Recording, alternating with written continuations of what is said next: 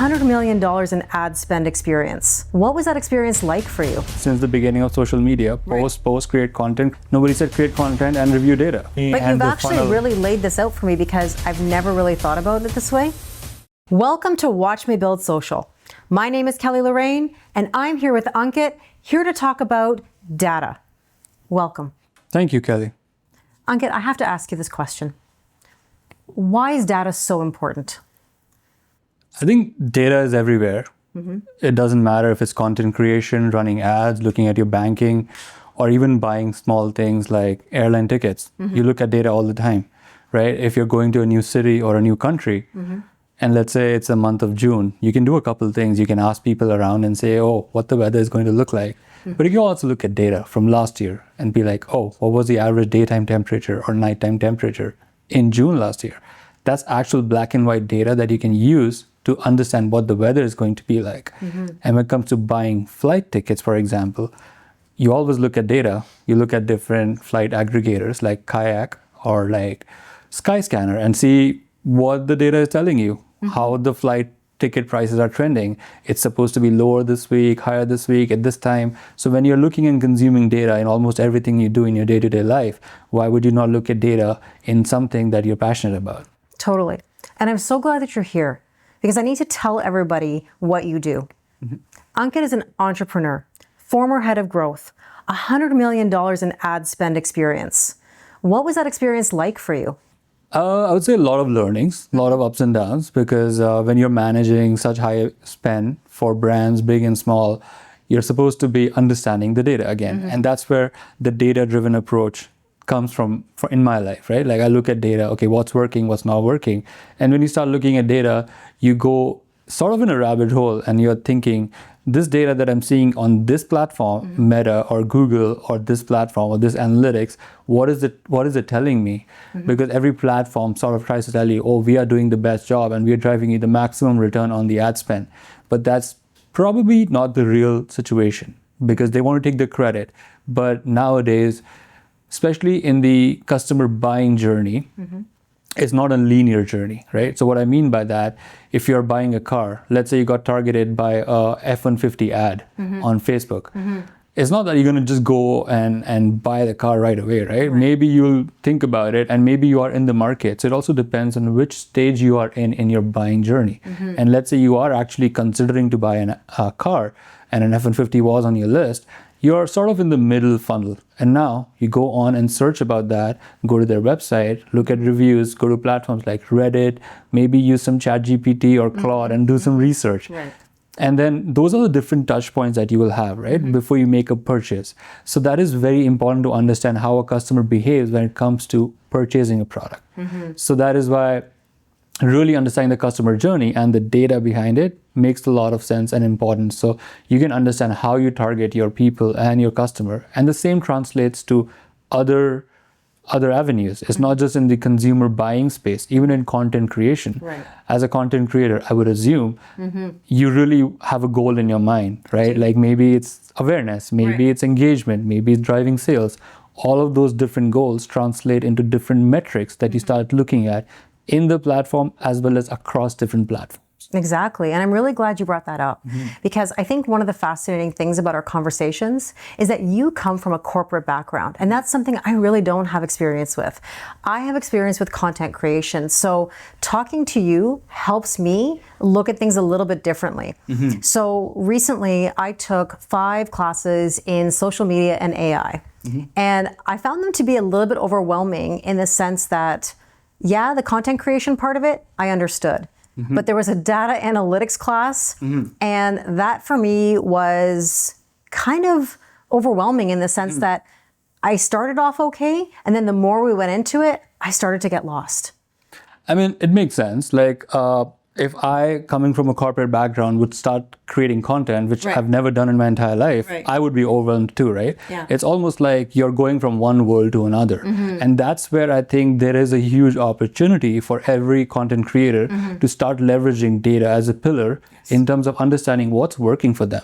Because from what I understand, and you can correct me if I'm wrong, Usually they say you have to keep creating content consistently and keep posting. That is why something will happen and something will become bigger than what it is right now, right? What if?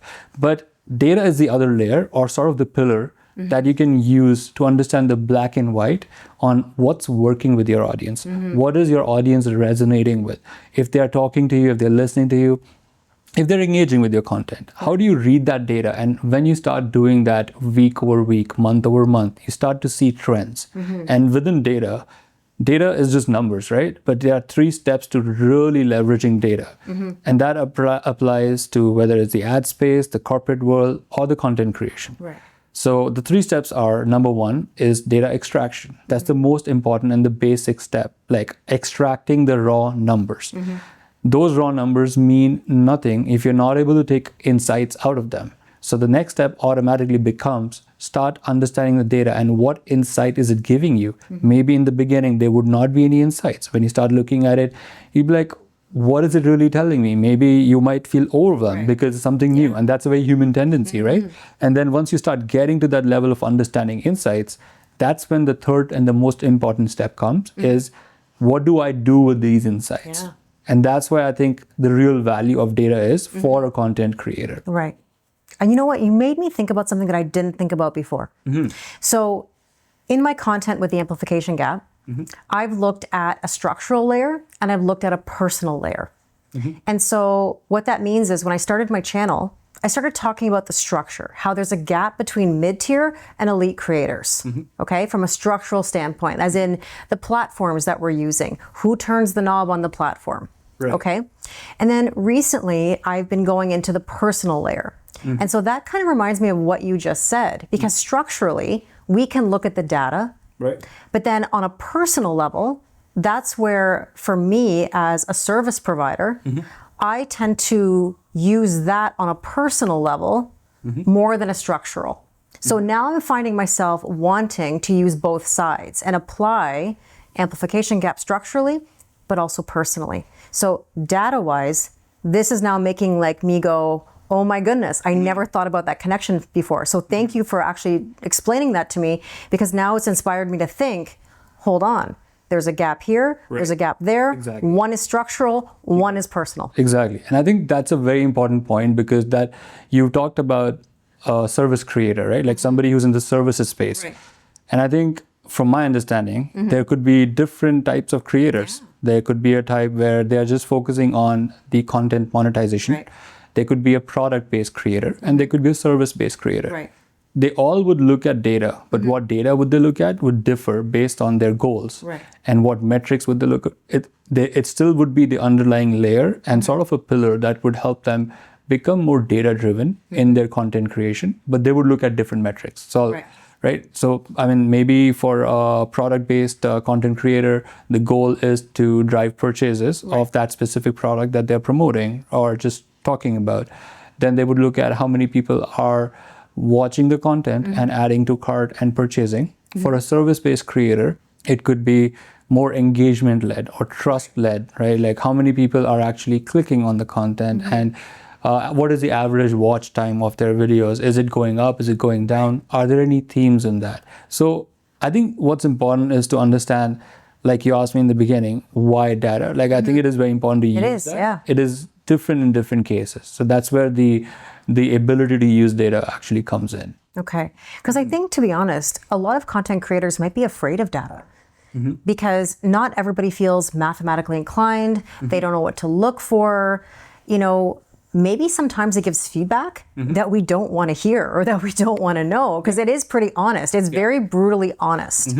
And there's really no room sometimes for feelings. If, let's say, there's low retention on your video, that's an indication that maybe your hook isn't very strong, or maybe you're not keeping them watching for very long. And so that can be something that maybe hurts people to look at the data, so maybe they ignore it. It's kind of like the theory of like when you ignore the mailbox when your bills come in. If I don't look in the mailbox, I won't see the bills. If I don't look in my analytics, I'm not going to know if I'm actually doing my job or my due diligence. Yeah, I mean, it all makes sense. And I think you touched on a couple of important points there. Data could be overwhelming, right? Yeah. Because if you're not used to looking at those metrics, understanding what is it telling you, you could start looking at it and be like, what is it? What does it mean? Like, what are these views, average watch time, bounce rate, or engagement, or shares, or clicks? What is it telling me? Like, does it even matter? So there is a normal tendency to feel overwhelmed, but that is part of the process, right? Like once you start looking at those metrics and you start to understand and they start to make sense, that is what's going to help a content creator create better content, because then they'll start understanding, what is my audience resonating with? Are they liking this type of content? Are they engaging with these hooks? Are they engaging with when I'm using this kind of music in the background? There would be trends and insights that will start to show up, which otherwise you are just going to be using a theory for, right? You'll have a hypothesis that my audience resonates better with this content. Right. And there's nothing wrong with that. I think, especially in the content creation world, I think it's important to have your own understanding of who you're targeting, your niche and your audience. At the same time, it's important for you to use data as an additional layer, which is black and white, and to verify your hypothesis, and then combine those two to be more data-driven in building content. It's interesting. I'm going to go back for a moment to the courses that I took, because now you're making me think back. So there was one AI course that was sort of separate, but I kind of group it together with social media, because we're using AI in so many facets right now. Exactly. But if I think about the social media certificate itself, the 4 courses that I took, content creation, data analytics, the people who were teaching the courses were all corporate level brand marketers. And I really valued what they brought, because they worked with huge companies like Coca-Cola, Procter & Gamble, car companies. And I thought, wow, that's really cool. But something that I noticed is that they didn't have necessarily huge social media understanding. Understood, makes sense. And if it's a social media certificate, I feel like it's important to have knowledge of both. And when I got to the data part, as I said earlier, like I was overwhelmed. It didn't really register with me right away. And I think something about data that might be important to note is that I think it's a learning curve. Yes, social media is as well, but I think we approach it differently. When we say, grab a camera, set up your tripod, plan some content, to me that doesn't feel as intense as looking at numbers from every angle. Yeah. So do you think it's important from a corporate level to have understanding of social media? Like, is it the same? Is it more important for me to understand the corporate side of things, or is it important as well for you on a corporate side to see the social media? Because naturally corporations use social media. It's an interesting question that you asked. And I think I would not disagree, but I would say it's neither or. It's not that the corporate person has to understand social media and the social media person needs to understand corporate. They both need to understand to see things differently. Right. That's pretty much it is, right? It's not a technical thing. It's more like, if a corporate person was teaching you courses, which you mentioned, and it makes sense, because that's their bread and butter. That's their experience. They're always used to looking at data and number and understanding what is that telling them, because their $1 million decisions are based on data. Huge. They cannot go in and say, I believe that this is going to work, and tell their CEO to spend money over there, right? Of course. Similarly, a social media or content creator has a strong expertise and understanding of their audience, but they don't look at data the same way a corporate person will look. So there's a set of interchangeable skills that they need to start seeing the other side of things. And that is where I think there's an opportunity, right, to use data more effectively for content creation and have that underlying layer. And it will be challenging in the beginning. It will be like, what is this? What is it doing for me? Is it even doing anything for me? Because every other, I believe, big social media guru will say, create content and the audience will come, right? Or the community will be built. I think that's what they say, right? But there is a slightly different approach that you can adopt, wherein you can use data, which is black and white, and understand what you thought was the right audience or the right content. Is that actually the case? Or is it something that you believed? Because you have to remember, you're creating this content to connect with your community.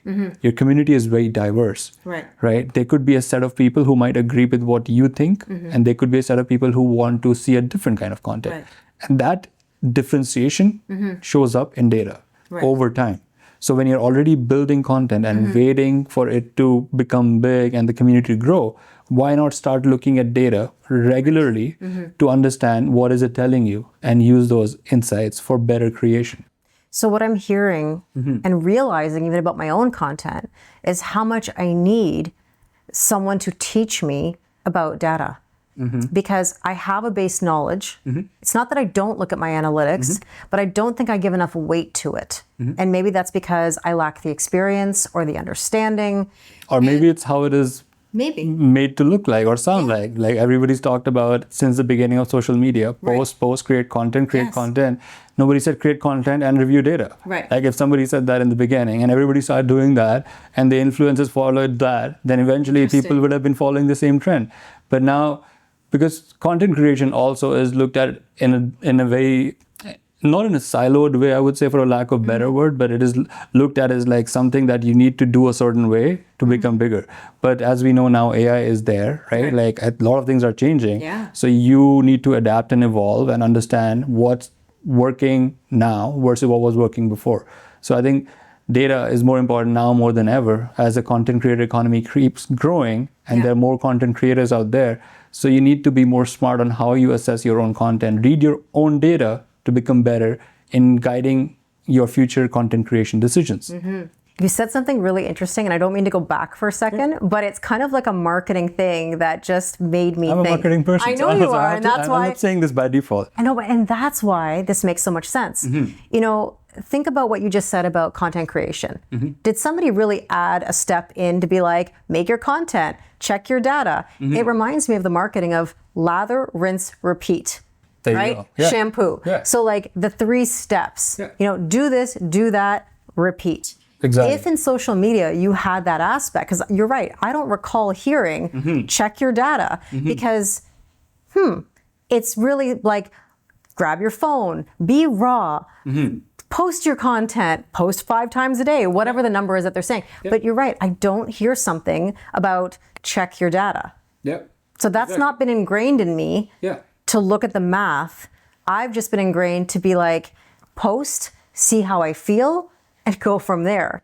And how I feel doesn't necessarily give me the feedback. I mean, eventually with time, that's where you'll get to, right? You'll start to recognize patterns. You'll start to understand what's working with your audience. As you engage with your audience, they will talk to you about specific topics and maybe products or services. You'll get an understanding of what's working, what's not. But you can also add another layer of data in there and test it out. Like maybe your hypothesis could be tested out with some data. Maybe let's say I'm going to just take an example, right? With your other channel, which is very big, has so much following, and you believe your audience likes to hear about either love or career. Just hypothetically, I don't know what they want to listen. They like to talk about love, but yes. See, that could be a very good hypothesis, right? And then you say, okay, my audience likes to listen more or consume more content related to love and relationships. You want to test that out for like 2 weeks. You create more content specific to that subcategory and see what's the engagement with the audience. And then you run another test, which is not a test, like, because usually tests are supposed to be run in parallel, but you cannot because of the nature of the content creation. And then another 2 weeks, you create content specific to career or health and see what is resonating. You may be surprised that they might be more interested in that part of your community. You're like, wow, because maybe they're used to seeing a lot of great relationship-based content from you already. But now they're getting a whole new different subcategory of content from you, which they've not been exposed to before. And because they're an engaged audience, they might start resonating with that as well. So you might end up finding something, you might end up proving your own hypothesis and be like, relationship was the winner always, but now you've tested it out. You have data to back that up. You know what I mean? I do. And you've inspired me again, because there's something else that I didn't think about. And that is, you know, I hit a ceiling with my other channel.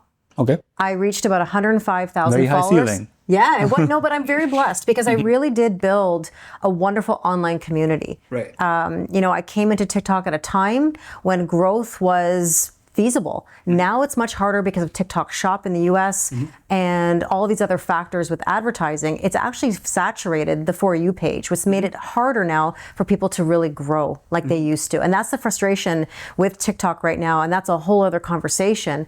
But I will say, when I hit that ceiling of 105,000 followers, let's look at that number of followers.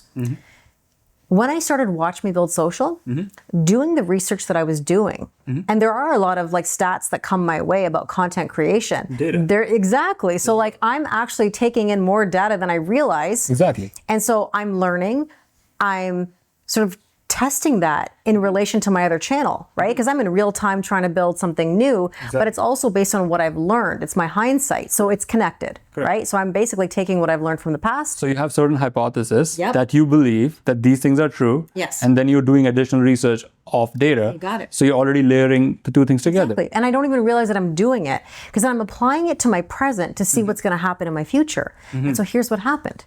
I started doing all this other research. I start to say to myself, you know what, Kelly? You should start being more specific about the type of love reading that you're doing today. Okay? So it used to be that I would open up with, this is going to be a whatever type of reading. But I never gave like a prompt or a hook. In the last 3 to 4 months of working on Watch Me Build Social, my Kelly Lorraine channel has gone up approximately 12,000 followers. Wow. Okay. It's impressive. It is impressive. And I'm like, whoa, like what did I do differently? And if I'm just looking at that number alone, it tells me that I've brought in new people, right? And that's amazing because it meant that I was being more specific, more clear, and the algorithm obviously rewarded that clarity. And maybe before, when I hit the ceiling, I stopped being clear and I had a bit of a lull and I had to regroup. And so now that's made me look at my content, even on Watch Me Build Social, a little bit differently. I'm more conscious of my hooks and my clarity. And the reason why I think this is important is because I want to talk to you about the shift from social media to interest media. Because I think we've been living this social media world for a while. But Gary Vee has sort of coined the term of interest media, where follower count now doesn't matter. So even though I have, this 117,000 people on TikTok, or I have over 175,000 on all 4 platforms, and it's continually growing, the follower count isn't necessarily what we're looking at anymore. Because anybody with a brand new account can go viral and make content that's interesting to people. Right. So it's not about who follows you, it's about interest media. Interesting. And so now that means if we're not looking at follower count, what does that mean now for the data? Like, am I still going to look at it the same way or am I going to shift the way that I look at it? Yeah, that's a good question. And I think I would say you would shift the way you look at it. Sure. And I'll go back to the earlier airline purchase example, I think, because that'll be easier to use that as an example. So 20 years ago or maybe 15 years ago, people would just go on their website of an airline like Air Canada or United Airlines and just check the prices, go on incognito mode or whatever, right? They're still consuming data and checking what the prices are at certain times of the day or during certain days of the week. And then the world of Kayak and Skyscanner came, and then people start still looking at the data, but they start looking at different data. They start looking at in a different way. Now they'll look at these aggregators and compare different prices of this 10, 15 different websites on this aggregator. And now people use AI models like Claude, ChatGPT, Gemini to do that research for them. So what has remained constant in this evolution is they still look at data, but they look at it differently through different channels, through different sources. And I think to your point about social media now evolving into interest media, you still look at data, but you look at it differently. You don't look at the follower count anymore, but you start looking at what kind of people, what's their demographic, or what's the interest or your audience who's following or watching your content. You start to understand those characteristics or traits about your audience, and those become important data points versus the number of followers or the number of likes, which was probably the social media age in your terminology. Now it's more shifting into interest media. So I think data still is important. It is still the underlying layer. I think the metrics and the way you look at it changes. Yeah. That's really interesting because now with interest media, it's really about what is your central truth. Okay. So for me, it's the amplification gap. Okay. I'm looking for all the examples of amplification gap that I can find. Okay. I know that it's structural. I also recognize that it's personal. I see it in sports, music, any kind of entertainment. And it's one of those things where I'm trying to find people through different avenues, to bring them through different doors to one central truth. Okay. So I guess when I think about the data, every platform has such a different way of looking at it. What do I do, or what should I look for now that we're considering interest media versus social media? That's an interesting question, because I agree, every platform has different data. And I think you would know those metrics more than I would, because I'm not a content creator. Right. But I think the underlying spine of data is pretty much similar. It's just termed differently on different platforms. And it depends on where you are in that understanding of data journey. Right. So if you're starting out and you're just starting to post and create content, then you look at primary metrics that are just available within your platform. And then you check those metrics based on your goals, right? Like a content creation, I think it's never going to be one singular goal. It'll be, you want to generate awareness, which is one goal. Then you also want to have engagement, and you also want to have a bottom funnel metric like a purchase, sign up, email collection, whatever. So you look at these metrics across the entire funnel of your customer journey. So you look at all these metrics. You look at these metrics within one platform. Let's say you're posting on Instagram and YouTube. The first and starting point is to look at metrics within your platform based on your goals or whatever you're focusing on. And then you want to start looking at the cross-channel metrics, which is more technical and complex. So that's not the starting point. It's almost like you have to learn to walk first and then you can run. So first thing is you start looking at your own metrics within that individual platform, start understanding what it's telling you. And when you continuously develop that habit of looking at it every week, every month, and you see changes week over week, month over month, then you start to realize what is shifting. And that will give you, going back to my earlier point, that is the data extraction giving you insights. Right. And now use these insights to make actual actionables out of it. And that's the most important part, right? Like sometimes you'll be like, oh, my audience is resonating very well when I'm having a question in my hook. Right. That's like, you'll see that trend over like a couple posts on different platforms. And then that's a data point. And what do you do with it? You start having more questions as a hook in the beginning. Instead of just saying, I think my audience resonates to this, you start seeing that your actual data, which is black and white. Okay. So I think I digressed a little bit. No, but I get what you're saying. Actually, that really helped me. Yeah. Because you know what it made me think about? So Gary Vee talks about how social media is dead, right? Or it's dying. And I have a slightly different point of view in that I don't think that it's dying. I think that it's morphing. Okay, because we're not going to get away from platforms. We're just going to get a different view of how it's functioning.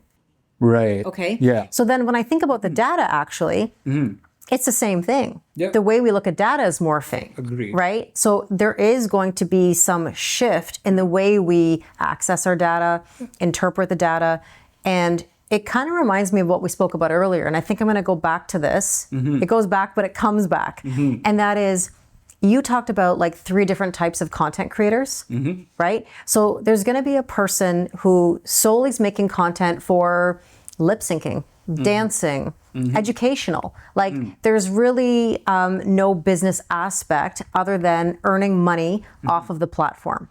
Okay, so if you're living outside of Canada, where we are, there is a content monetization program, right? Especially like in the US, where you're paid for your views. Right. And that's how you generate your income. Got it.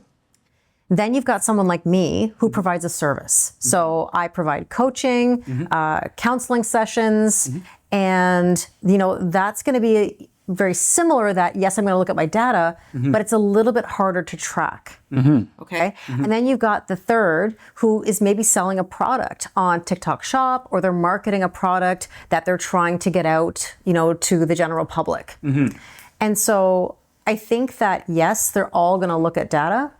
But one thing that I kind of struggle with is, yeah, I can look at my data, but as a service provider, it's really hard for me to know where my purchases come from for my coaching or my sessions. Because one thing that I've learned through Kelly Lorraine 111 is that people come to me sometimes 3-4 years later and say, now I'm ready to talk to you. I've been watching you for years. Now I feel ready, because emotionally they may not have been ready to address the root of something until now. So I don't know how many videos they consumed. I don't know how long they watched me. I just know that now they're ready. So what do I do? Is there something that I should look at? Is there something that you can suggest? So I think for a service creator, trust is a very big factor. Right. And I think the way you would look at data would not be as black and white as you would look at it for a product-based creator. Right. So you have to look at trends and have directional insights from that. Right. So what I mean is, if you start to identify certain trends, that the average time before a person signs up with you or purchases a service or a course, Right. after they became your follower, that could be a way of looking at the gray data to develop some sort of an insight. If your average watch time between different lives and between different videos is increasing, that's an indicator for the trust factor growing. Like, they trust you, they like your content, and hence they're engaging with you. So it's not just what's the platform telling you in just one metric, like the average watch time. You have to see it over a timeline, over different weeks and months, and maybe even a couple years to understand the trend. Right. And that's when you start to understand certain directional insights. It's not going to be as black and white as it will be for a content monetization creator, as well as for a product-based creator, because they could see exact links and somebody clicked on this, ended up buying this product. So those are more clear black and white metrics that you can track. But for a service, it's more based on reading between the lines and understanding a group of metrics together, like average watch time, the average time between a follower and making a purchase, and I would say those are the kind of metrics that you have to start looking at. They are more gray, I'll be honest. They are. And I know it's not your school of thought, because when you're looking at corporate data, like it really is about money. Time is money, and it's like we've got to be crystal clear. Right. Exactly. And I think that you brought up a good point, because in the corporate world, you look at the service-based attribution in more engaged view basis, because people may view your ad and see something and then go on and purchase it. So you look at metrics differently. You look at completely different metrics. Whereas if you're tracking click basis, then it's different. Similar thing applies to content creation as well. So I would just say that trying to understand the service-based metrics is a more advanced. I will not be like, no, it's very easy. It is more advanced, because you have to correlate different metrics to come up with the actual insights. And in case of a product or a content monetization, it's more black and white and straightforward. I guess in a way I operate in more of the gray because of the nature of my content, but also because I would describe what I do as more pattern recognition versus data analysis. And the reason why I say pattern recognition is because that's me observing what happens within, for example, my live streams. I'm there to talk to my online family, right? Teach them things that they might see in my content, but I expand further. And so I'm getting to know them. I'm building trust with them. And so that's really important to me, because in the end, that's what's actually brought me, I would say, the majority of my clients, right? They want to work with me because they've seen me, they've heard me talk, they believe in what I'm saying, I'm being vulnerable. And so, I'm looking at the way they interact with me. Like, for example, when I go live, there are analytics for live streaming. It does tell me, the average amount of time somebody was in the live, how long they stayed, so to speak. It might even tell me sometimes who are my top followers who were in the live. And I think that's always interesting as well, to see who's loyal to you in that aspect. But it's kind of interesting, because with that pattern recognition, I basically am kind of going on a hypothesis of what people want to hear, what they want me to talk about. So do you see what I'm saying? It's kind of me having to observe. And you might say to yourself, well, Kelly, how do you know what content to make? Because in all honesty, like, how did I learn what to post? Before I became a content creator, I was a consumer of the type of content that I make, which means that I was inspired by a lot of videos. I saw what I liked, I saw what I didn't like. And it kind of reminds me how I got into teaching, because I became a French teacher because of the fact that I wanted to teach it better than how I was taught, because I thought I could do it differently. So for me, I just did my research and I watched a ton of videos. Makes sense. Right? And I watched for patterns. And so the same thing goes when I'm doing sessions with clients. I talk to thousands of people. I hear so many stories.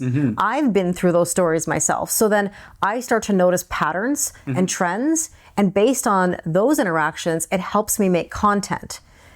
It's very interesting what you said, because you're seeing patterns, trends. Right. Data also gives you trends. Right. So you've done it in a more indirect way, and look where it brought you. Like, you were able to grow your community so successfully, and you have such a huge follower base, and they're all like really loyal to you, and they love interacting with your brand pages, right? So you've essentially used data without really going the traditional route of using data. Right? There is probably another way of doing it. There's nothing right or wrong in this. It's just that it eventually is something you've done which has brought you success. And hence the point that if you actually start using data more, then that can even sort of supercharge your pattern recognition. And you're showing me that the more I listen to you, the more I realize maybe I do need to look at that further. And I'll give you an example, and maybe you can help me figure this out. So I do have a very loyal online family, and they have asked me for years about creating merch. Now, I have no idea how to do that. Okay. Now, I have had people approach me, and it just never panned out. But there are people who say, Kelly, I want that Kellyism or that saying on a mug, on a tumbler, on a t-shirt. What would be the process? Like, how could I track that? Because, I mean, it's not just like somebody goes to my site and just buys a t-shirt. Like, there's a whole process to it, I think. What does that look like on your end? I mean, if I'm understanding correctly, you're trying to understand when somebody purchases a product, which in this case is your merch, what is their customer journey looks like? Yeah, tell me. I don't know. I mean, it has evolved over time. The customer journey was probably more linear and would have less number of steps before they actually made a purchase. So I'll use this example in this situation, right? Let's say they saw your merch on your Instagram page or on an ad. They like it, but they may not right away buy it. They might go to, like, 2 days later, they might go and search for it. And either your website would show up, or if you're running an ad at that time, they might click on either or. This is a second touch point they're having with your merch. And then they would look at it, they read about it, and maybe they got distracted, or they just thought, oh, I'll think about it another day. And they'll end up doing some research. Maybe they'll go to Reddit, maybe they'll use a chat GPT. And then eventually they make up their mind, okay, I like this, right? So they will end up buying the product after 3 or 4 different touch points. I'll use another example. Let's say you're going from, traveling from Canada to Mexico, for example, right? You don't get out of your house and exit the door and take a flight and just land in your hotel room, right? You're suddenly in Mexico. It doesn't happen that way. So you get out of your house, you take an Uber, you go to the airport, you take a flight. That's your second part of the journey, and then you get off the flight. Then, if you are with a tour operator or something, they'll have a shared bus. They'll take you to the hotel or the resort, and then they'll have a cart which will take you to your complex or your room, close to your room. So you've basically had like 4 different transport mediums to go from point A to point B. It is similar for a customer who's making a purchase. They do not use or engage with just one medium to make a purchase. They may do that. Like, they may end up just liking the product so much that they buy it right away. But usually nowadays, with the way the social media and everything and the attention span is, and the amount of information that's around us, it's usually not the case. So they end up going through multiple different touch points. In my example, that was more like how they use different transport mediums to get from point A to point B. And for a customer, point A was not knowing that product, and point B is purchasing the product. So you go through different mediums to make that purchase happen. So as you start creating your merch and your products, you will start to see And there are tools that do that. They'll show you these are the different touch points that a customer had before they made the purchase. Right. So you start looking at data and you start understanding Facebook is influencing or Instagram is influencing, but maybe it's not driving the final purchase. Sometimes it may, sometimes it may not. Right. But eventually after they search or do something or some research, they end up buying that product. Right. So you start seeing data and the underlying rationale and the journey, and that helps you create a better funnel. A funnel is like, there are 3 stages in a funnel, right? There's a top of funnel, which is awareness, Right. where people are becoming aware of your product. Then there's a middle of funnel, which is smaller than the top of funnel, but it's more engaged. And then there's a bottom funnel, which is very purchase focused. These are the people who know about your product, they're aware, they're engaged now in their final decision of in the final step of their decision-making journey, and they are ready to hit that Right.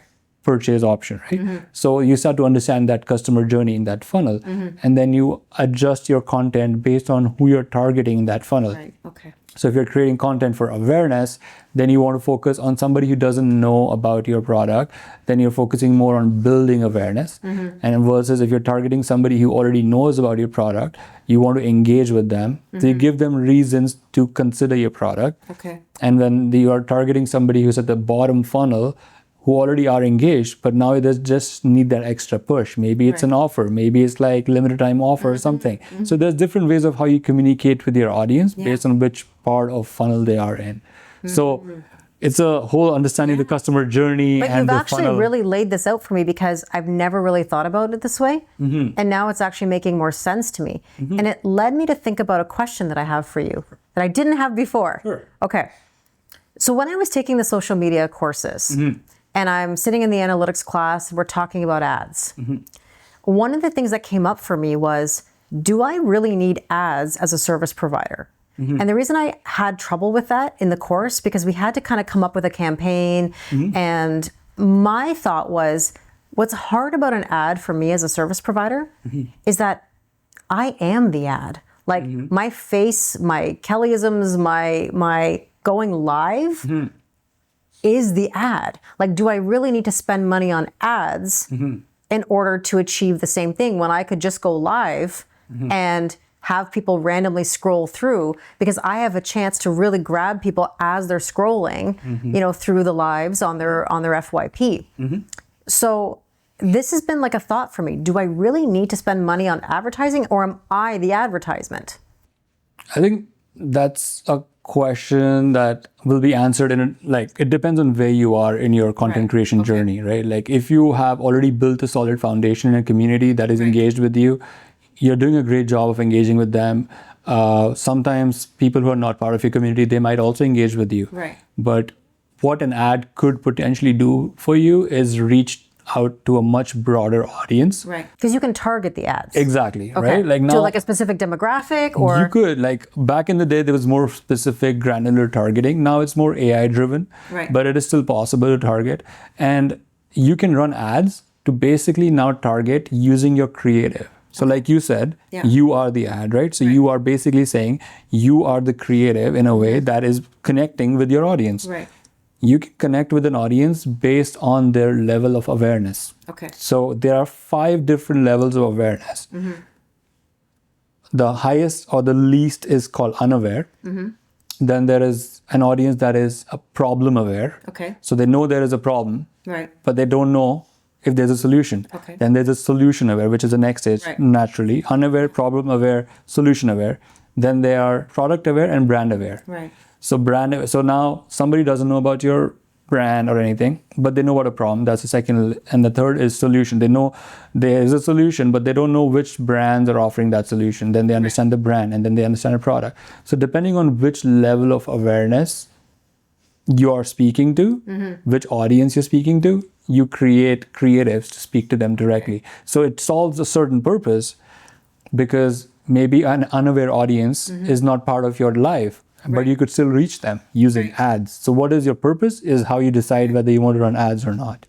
So I guess just to sort of tie that up, one thing that I've noticed in my coaching, right, because obviously I talk to people in business situations all the time, is that I think sometimes people think that they automatically have to advertise with ads instead of using themselves as, the advertisement. The face of the brand. Right. Because I look at myself and I say, well, I am the face of the brand. Exactly. And so a lot of my my growth has come from me personally not spending money on ads. And I think that's something to be aware of when someone's starting out and maybe they don't have a big budget, that maybe they could think about, hey, listen, how can I market myself in a way that I am the ad? Because here's something that I've noticed. There's a lot of people who want to be successful on social media, but they're afraid to show their face or they're afraid to interact. They're afraid to go live. And I always say, like, I have a friend who's an artist and she's an amazing artist. And I mean, amazing. But the thing is that she doesn't want to be in front of the camera. Right. But I always say, how will somebody buy your art if they don't know your story and they don't know you? Because marketing, everybody has a story. A story is so important. Yeah. Exactly. Yeah. And so I guess, when I've had people come to me and say, but I'm spending money on ads because I feel like I need to do that. I do agree that there is a time and a place for that. But I don't know if it's always like one size fits all that we should automatically go to, You're right. ad. You're absolutely right. Because primarily ads would help you engage, depending on what type of ads, engage mostly with a cold audience. Right. And again, like the levels of awareness I spoke about, you could just broadly categorize them into two buckets, cold and warm audience. Right. Ads are usually for reaching a colder audience. Right. You could use it for a warm audience that is engaged with you. But if you are doing a good job on your organic and your direct communication with these audience, then you don't need to really go too deep and spend a lot of money in the warm audience. Right. You could if you have a lot of budget and money to spend. Ad platforms never say no to money, right? Of course. But then I think you have an advantage of reaching a colder audience using those ads. So you're right, there is a time and place when you can run ads, but you first have to understand who are you targeting and what's your goal. Okay. And then realize like what are you willing, if you're wanting to reach a cold audience, but you're just retargeting ads, then you're not going to reach a cold audience. If you're showing ads to people who've come to your page or people, you can do that. Right. Or if you're targeting ads to people who've come to your website, that's just reaching a warm audience. So if your goal was to reach a colder audience, your goal is not aligned with your strategy, right? So you have to strategically align your ads with your goal, and they have their own place in a brand's growth cycle. Right. Okay. So you know what? I'm just going to segue into one last thing before we finish. It made me think back to Gary Vee again, because Gary Vee has said that live selling is the next big thing. Okay. And that's interesting to me because, I mean, in Canada, the shopping channel has been huge for years. QVC, HSN in the US. I mean, we've been watching TV selling for ages now. So it's interesting to me how now this is going to be the next big thing on social media because in a way, what's old is new again, because it's not something that we're really like inventing here. We're innovating, I guess you could say, right?